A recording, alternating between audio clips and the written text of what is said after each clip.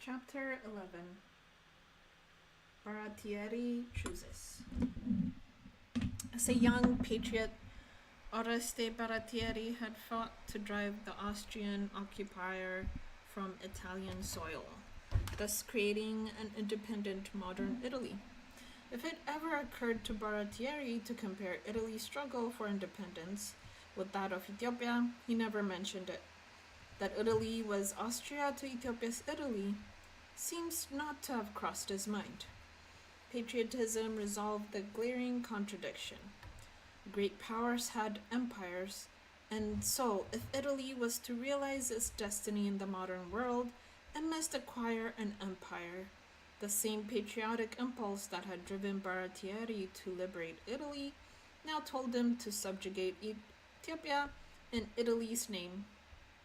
By February 1896, the grand continuity in Baratieri's life, the patriotic thread that connected Torrentino to Tigray, was at risk. For Baratieri, Sauria was not only a military crisis, but an existential one. Baratieri's bold annexation of northern Ethiopia had cast Italy in the role of aggressor in the eyes of international public opinion. Meanwhile, Menelik's measured northward march was the embodiment of a prudent and just defense of Ethiopian sovereignty.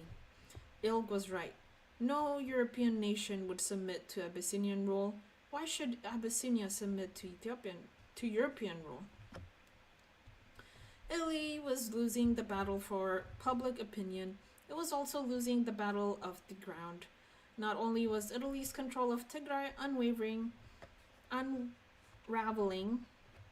but Menelik's movement to the northwest, skirting a direct confrontation with the Italians at Adigrat, manifested his military skill for the world to see. It showed that Menelik would deny Baratieri the thing he most wanted, a battle where Menelik broke his army attacking a fortified Italian position. Instead, Menelik had seized the strategic initiative, leaving Baratieri to adapt to Menelik's moves. To the extent that Baratieri's fellow officers and rank-and-file soldiers understood the deteriorating strategic situation, it was a humiliation for Baratieri.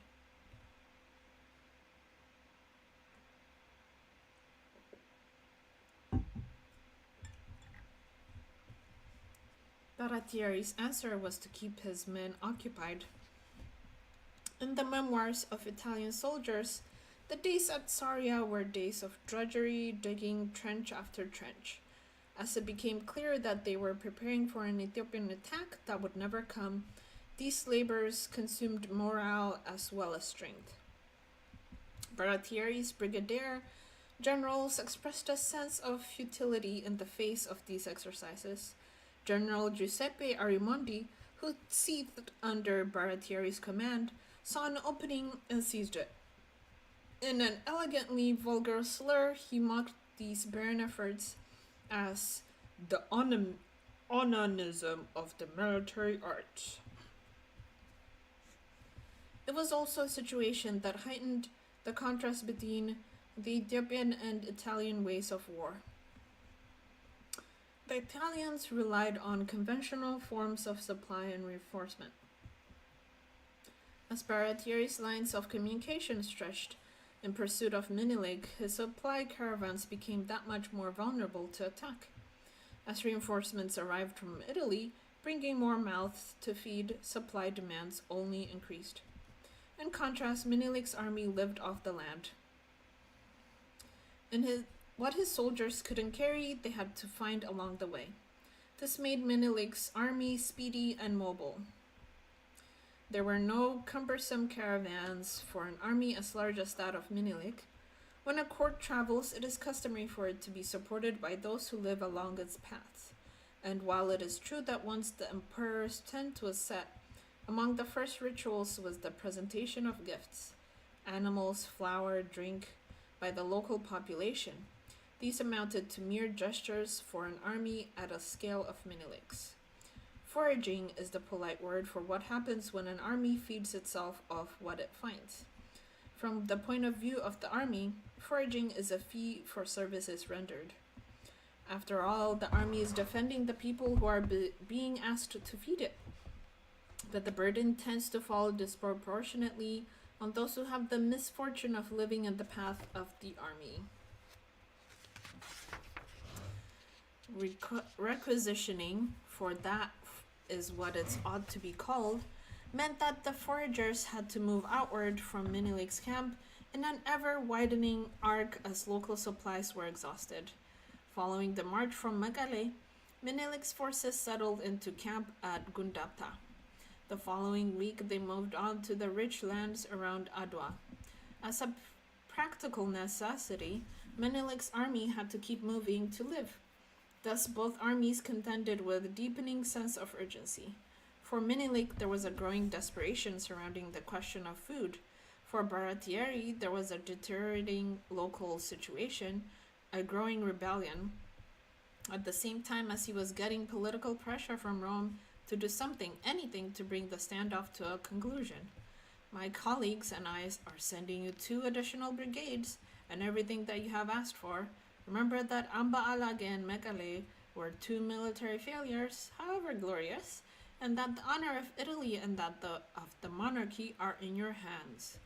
Francesco Crispi was writing to Baratieri in a manner that left little room for misunderstanding. The upstart and the blue bloods. The pressure wasn't coming only from Rome. Baratieri's generals were a constant source of carping and dissent. Of the 4 generals directly under Baratieri's command, at least 3 of them expressed doubts about Baratieri's leadership.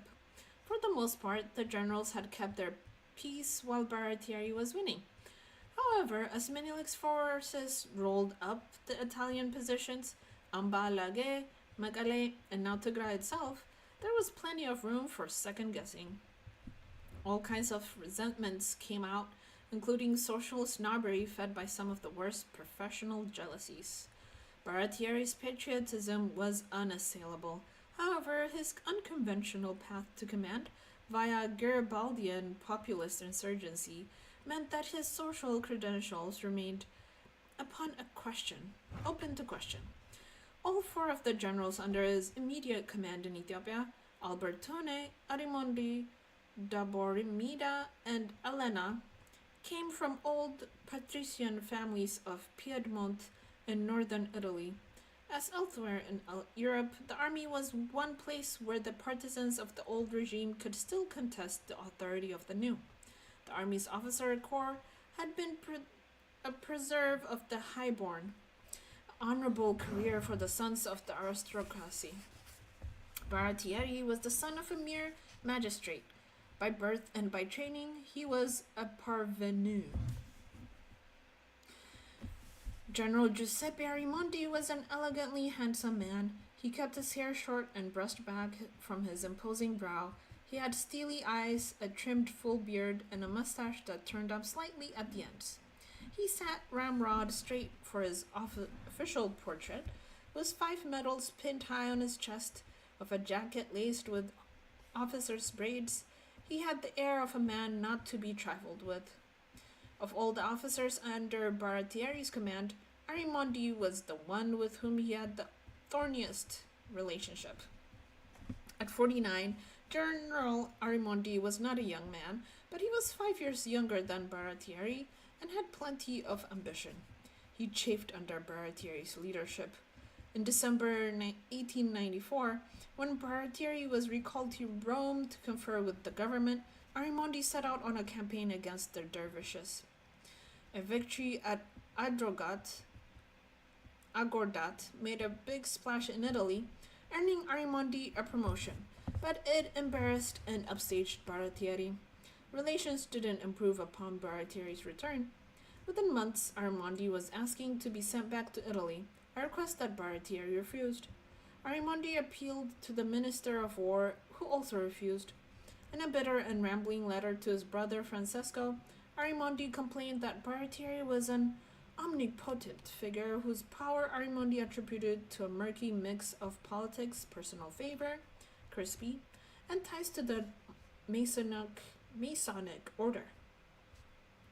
Paradoxically, he attributed real power in Ertera to Baratieri's adjutant, Major Tommaso Salsa, whom he saw as a puppet master manipulating Baratieri the buffoon.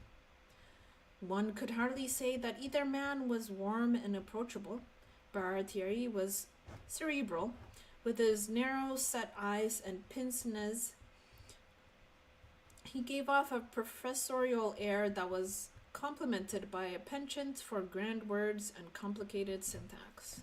Arimondi's aloofness was social, not intellectual, a mix of high birth and self-regard. His brooding, sulky character was famous. Around camp, Arimondi was known as Achilles in his tent, a remark suggesting military prowess but also a prickly personality. In Rome, opinion of Arimondi was not high. In general, he was little esteemed as a soldier, concluded an unsigned, undated memo written around 1895. It would be better to replace him with an officer of lower rank who took greater care and had greater competence in the areas of service required. He occupied himself too much and in minor detail with things of only secondary importance. Baratieri, it was said, had a little respect for him, consulting him only as a formality or in order to spread out responsibility for an unpopular decision. Arimondi was described as vain and unwilling to let go of even small offenses. Major Toselli had strained relations with Arimondi, his superior, that spilled over into an open break. Siamo ni rotta, Toselli wrote in confidence to his brother. We have broken with each other. It was Arimondi who had failed to rein in Toselli's aggressive push to AMBW, and who had not given Toselli clear orders to retreat in the face of overwhelming odds. Arimondi's mistakes had led to disaster. Baratieri also saw Arimondi as hothead, given to risky offensives, especially when it came to African troops under his command. Askari were faster and had greater stamina than European troops, especially in the high-altitude conditions of Ertra and Ethiopia.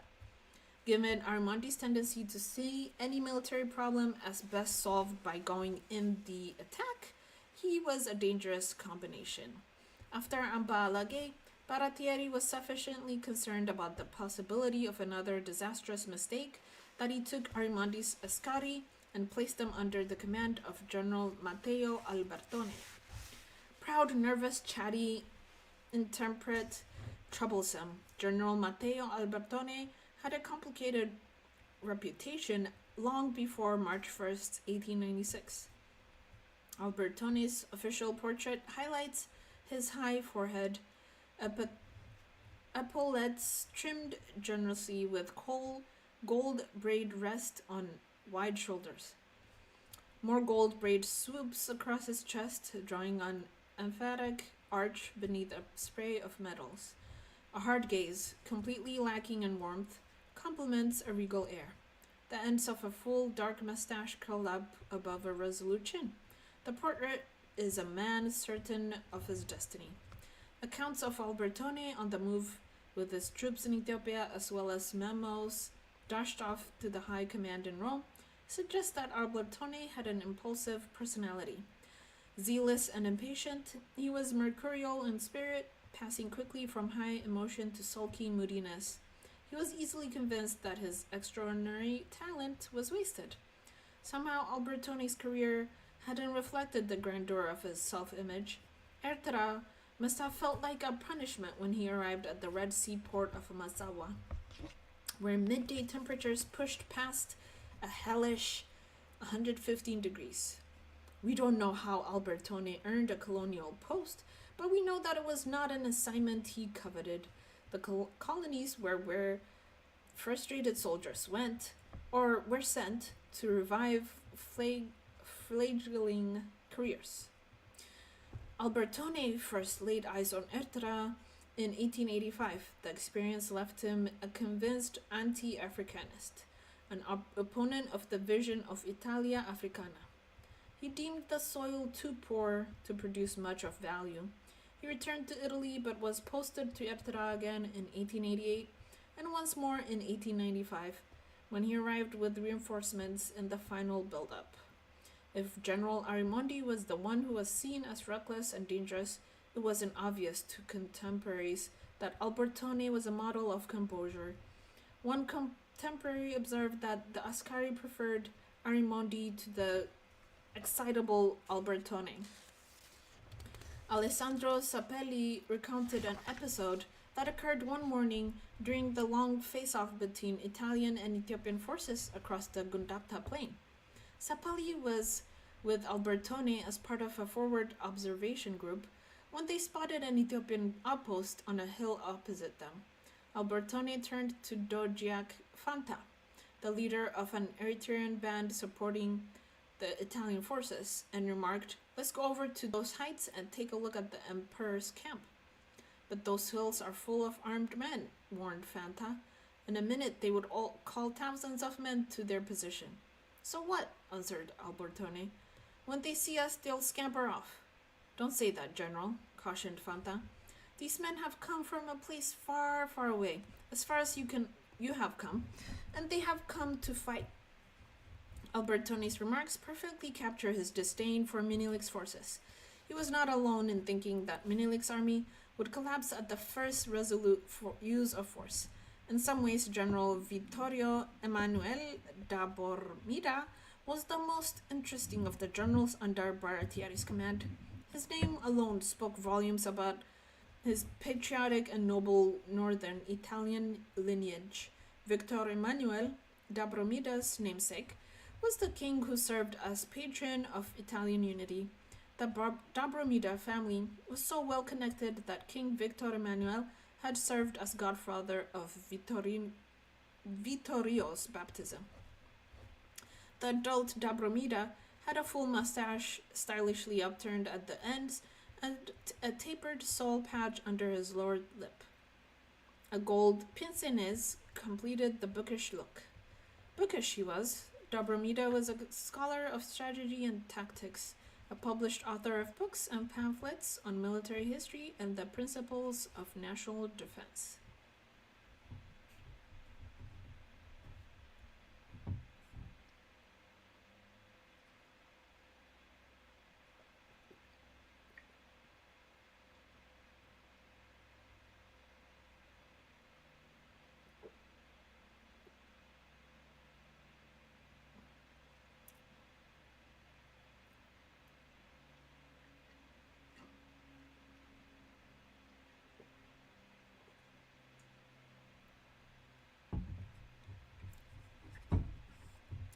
His diplomatic experience was also impressive.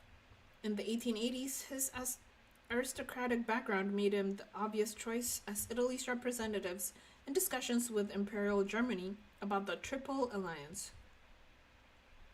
None of this prepared da Bromida for the realities of leadership and combat. Da Bromida's narrow and deep-set eyes gave him a forbidding aspect. His lofty, distant air made him seem unapproachable, pedantic, absolutist, excessive sense of self-worth. The words his subordinates used to describe him are not kind.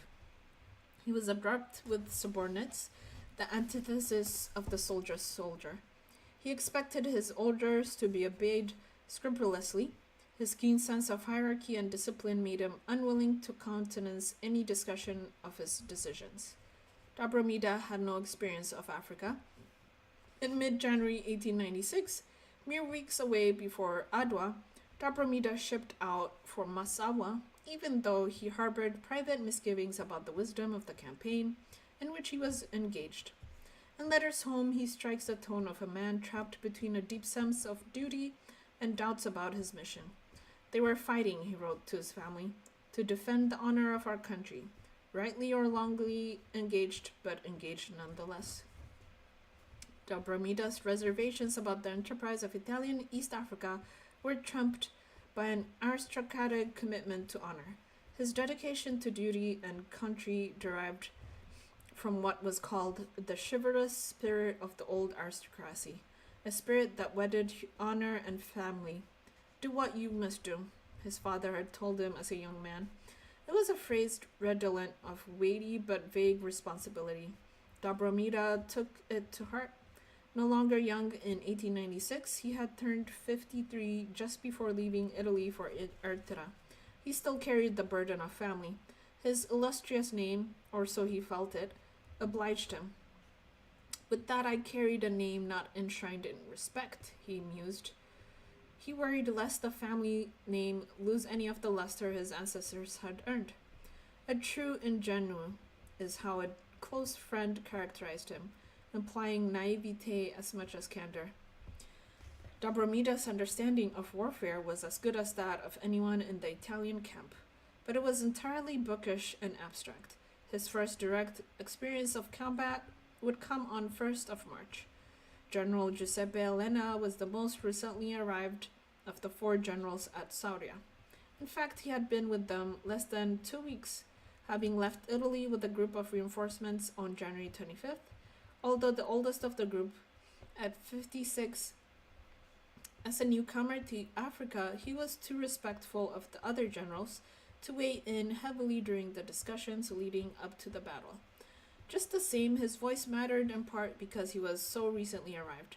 Even if he had little understanding of Ethiopia or Africa, Elena could express with greater authority than anyone else the mood of the political elites in Rome, who were impatient for victory and to avenge what had happened at AMBW and Megale. Elena carried this impatience with him when he set foot in Africa. Many of the rank and file soldiers were impatient too.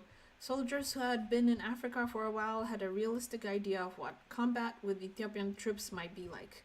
Some of them had fought against Mengesha. Still others had been part of the siege at Megale and had been released along with Galliano. They knew that warfare, especially colonial warfare, was no picnic. They respected the Ethiopian soldiers who tenaciously resisted the Italian presence. Some of them had seen what had happened to soldiers who were attacked while defending convoys coming up from Asmara.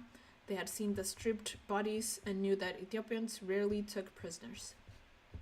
New recruits had a slightly different attitude. The send-offs they had received in train stations and dockside at Naples often had been tumultuous. Italy may have been indifferent to the larger colonial enterprise, but Italians had no difficulty identifying with their sons. Soldiers who had left Italy since Megale and AMBW had a much clearer sense that their mission was one of vengeance. They represented a momentum that was driving toward combat and had little patience for a prudent commander such as Baratieri. Neither apparently did Francesco Crispi. By mid-February, Crispi and his government had lost confidence in their commander. The victories against Mengesha in 1895 had been a pleasant surprise, even though some members of the government saw Baratieri's pursuit of Mengesha as hasty and ill-advised. By early 1896, these concerns had been validated. The government understood, as well as Baratieri himself, just how overextended he was. The campaign was ruinously expensive. When the Chamber of Deputies returned from its recess, anti-Africanists would be smelling blood, and the government would have some explaining to do. The government wanted something, anything, that would justify the expert enterprise they had embarked upon. Rome dismisses Baratieri. In mid-February, an exasperated Crispi government decided to sack Baratieri. They offered the command to Antonio Baldissera, who had served as Governor-General of Ertera in 1880s. Baldissera refused, pointing out the risk of removing a commander at such a critical moment. Such a move would make Italy seem desperate and might undermine diplomatic efforts to bring the conflict to a close without a fight. The government was adamant, and eventually Baldissera relented. The decision to demote Baratieri came on February 21st. General Baldissera would be named Commander-in-Chief of troops in Africa, though the decision was to be kept quiet. 2 days later, Antonio Baldissera, dressed in civilian clothes, boarded a British vessel at Brindisi and began the journey to Africa. 4 days later, Crispi wrote a sharply worded telegram to Baratieri. His irritation was evident that he characterized the campaign Baratieri had led. "This is military wastage, not a war," he wrote. Small skirmishes in which we always find ourselves inferior in numbers to their enemy, heroic gestures squandered without success. I don't have any advice to offer, but because I'm not on the scene, I simply note that your campaign has been conducted without any pre established plan, and I would like you to make one. We are ready for a nice sacrifice to save the honor of the army and the prestige of the monarchy. It is unclear why Crispy sent this telegram, as Baratieri's fate was already sealed and his successor was on his way. Crispy's outburst served no political or military purpose. It served merely as a final slap at Baratieri, a measure of Crispy's frustration and his capacity for insult. Given what happened a few days later, Baratieri's ill-fated decision to march toward Adwa, some have argued that it was Crispy's telegram that drove Baratieri to act. In fact, in the days leading up to the 1st of March, the option Baratieri championed in discussions with his staff was a strategic retreat to the north, back toward Ertra, an obvious defensive move for a commander whose lines of communication were already dangerously overstretched. Baratieri recognized that Menelik's northward march had changed the stakes dramatically. What had started as an Ethiopian challenge to the Italian occupation of the province of Tigray now threatened Eritrea itself. To withdraw from Tigray into Eritrea might change the dynamics of the campaign by bringing Baratieri and his men closer to their supply lines, closer to the thousands of fresh troops arriving in Matsawa every week. If Menelik could be induced to continue his campaign into Ertra, it could shift the strategic balance in Italy's favor. But circumstances were conspiring against such a course of action. Nearly every day, new troops were arriving on Massawa, charged with the task of avenging their fellow soldiers after Ambalage and Megale. Then there were insubordinate officers. Arimondo's remark about military onanism showed that he held Baratieri in a contempt that he no longer bothered to conceal. Dobromida, who as a combat novice should have known better, given into the most optimistic scenarios of Italian victory. He imagined Menelik's army as numbering 80,000, a lowball estimate encouraged by Menelik's agents posing as informants. Menelik's army, Dobromida believed, was saddled with the burden of women and children, in all some 150,000 mouths to feed, and he gave in to the fantasy that the Ethiopians would scatter if attacked. I believe a surprise attack would prompt them to flee, he wrote. Dobromida surely was not alone in favoring the most optimistic intelligence, disinformation supplied by Ethiopian agents, to the effect that Menelik's men were hungry, discouraged, and homesick. Many believed that Menelik's soldiers were fearful and effeminate. Such reckless talk did not bode well. Dobromida and Albertone were eager for a showdown that would pit the full strength of the Italian forces against Menelik's army. After all, the main bodies of the two armies had yet to come face to face. Ambition also had its place. Gerardo Pantano would complain that some of Baratieri's generals wanted their own Austerlitz, a reference to a military victory that cemented the reputation of Napoleon Bonaparte. But there were no Napoleons in the Italian camp.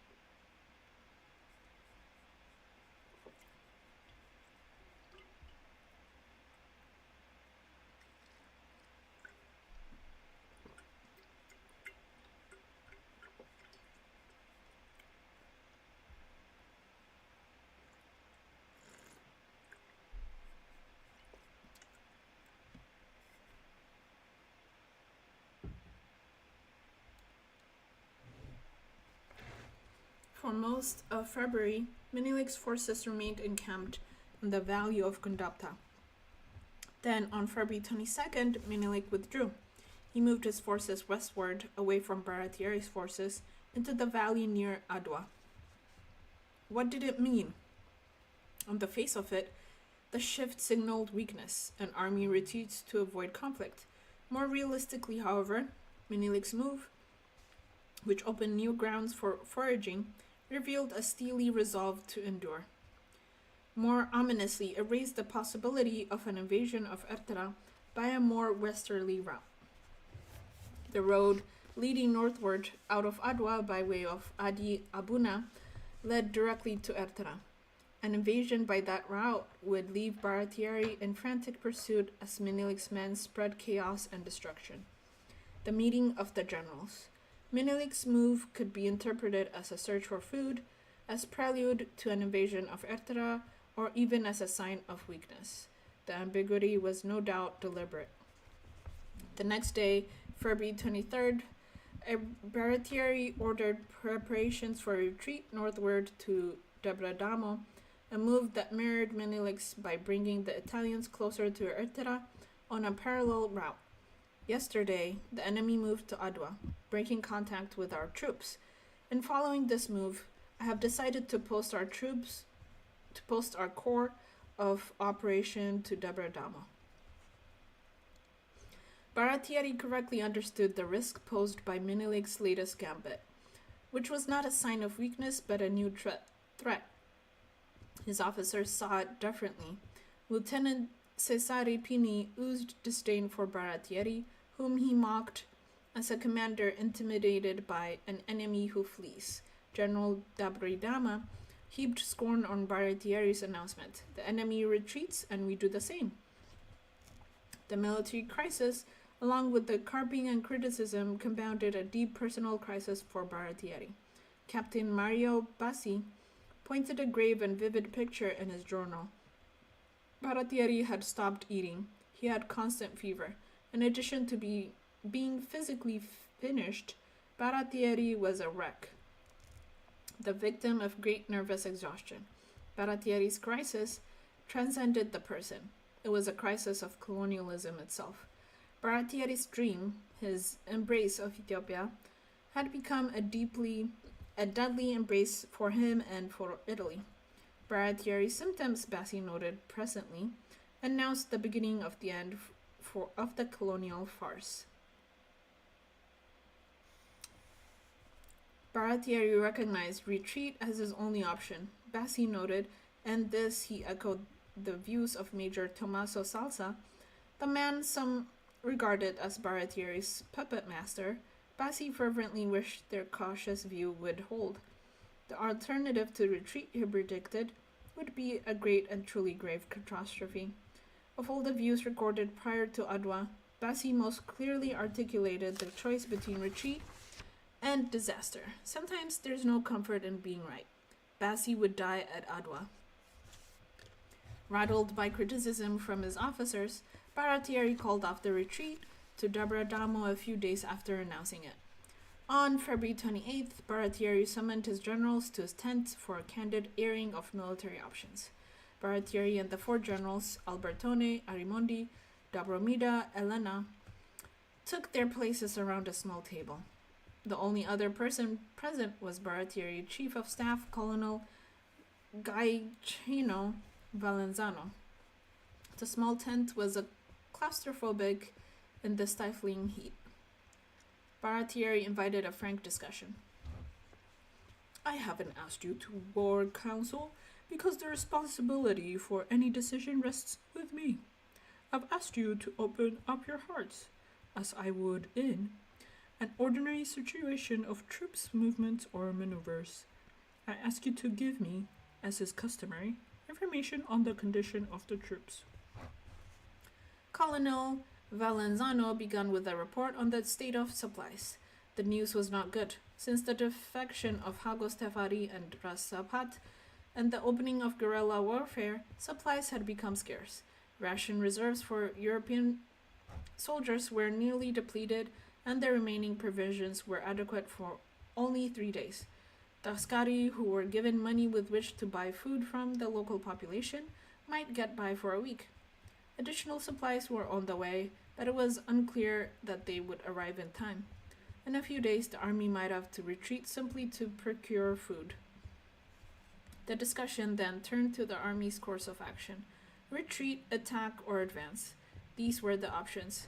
Each of the generals spoke in turn. As they did, it was clear that the retreat was not the preferred option. General Dabormida spoke first. "Never retreat," he began. "The soldiers would never understand such a move. Troop morale is very high. A retreat would bring it down." No one, he argued, would be able to explain why the army had chosen to retreat after 3 months in the face of the enemy. Dabormida even put a price on honor. Italy would prefer a loss of 2,000 or 3,000 men to a dishonorable retreat. A retreat would also be dangerous, Dabormida argued, and possibly more costly than defeat in open battle. The Ethiopians knew the roads and byways, and they could harass the retreat every step of the way. General Albertone supported Dabormida and laid out an argument in favor of an attack. He believed that he had solid information about the status of enemy forces, thanks to the scouting work of his speedy Ascari units. Menelik's army had been depleted. Part of it was away on requisitioning raids. Another part had already begun a southward retreat. What remained was divided into 2 forces, the smaller of which, perhaps a mere 14,000 or 15,000 men, was closer to the Italians. Far from being a daunting, overwhelming force, Menelik's army was beginning to sound like an attractive target. And that was not all. According to Albertone's information, dissension among the Ethiopian chiefs was beginning to take a toll on the combat readiness of Menelik's forces. Albertone, who had been in favor of a retreat after the defection of Ras Sabat and Hagostafari, now believed that retreat was the greater danger because it would actually provoke an enemy advance. In effect, the Italians had exaggerated the cohesiveness and effectiveness of Menelik's forces. They faced a shriveled and dispirited enemy.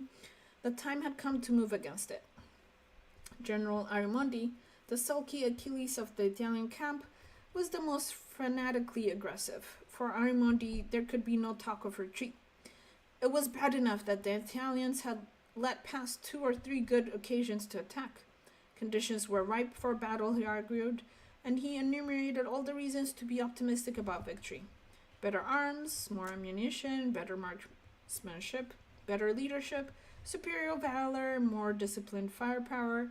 All of these would more than compensate for smaller numbers. And the time to act was now. To await reinforcements would mean the loss of precious time. It would let an opportunity slip away. He concluded his argument with the statement that the only way out of the present difficulties was to advance on Adwa and give battle to the enemy. Giuseppe Elena was the last to speak. Given that he had been with the forces less than 2 weeks, he freely admitted that he was in no position to offer an independent opinion. He deferred to the judgment of his colleagues Dabormida, Albertone, Arimondi, who advocated an attack. Baratieri closed the meeting with words that ought to have brought the generals back down to earth. "The enemy is valiant and despises death." Then, upon being reassured that the morale of the Italian soldiers was excellent, he closed the meeting with the promise that he had waiting further intelligence from informants, after which he would make a decision. Baratieri had hoped the meeting would diffuse tense relations with his generals. They would air their differences, then arrive at consensus. Instead, the meeting had made things worse, revealing his utter isolation. Baratieri reflected a while, then called in his chief of staff, Valenzano, and asked his opinion. Until then, Valenzano had been an advocate of prudence, but he had been impressed both by the arguments and by the general's unanimity. He decided that he agreed with them and said so to Baratieri. When he recalled these fateful moments at Baratieri's court-martial, Valenzano emphasized the political arguments the general had used. Italy wanted revenge, they agreed. Retreat would be worse than disaster. It would be a betrayal of the country. The following evening, February 29th, General Baratieri called the generals back to inform them of his decision. The army would advance toward Adwa. They would take up positions very close to Menelik's camp, an aggressive move that would invite Ethiopian attack. He handed out a map of the terrain they would occupy, and he explained the order and path of advance. When the generals were dismissed, Baratieri sought to impress upon them the seriousness of what they lay ahead. It would be, he told them, a matter of victory or death.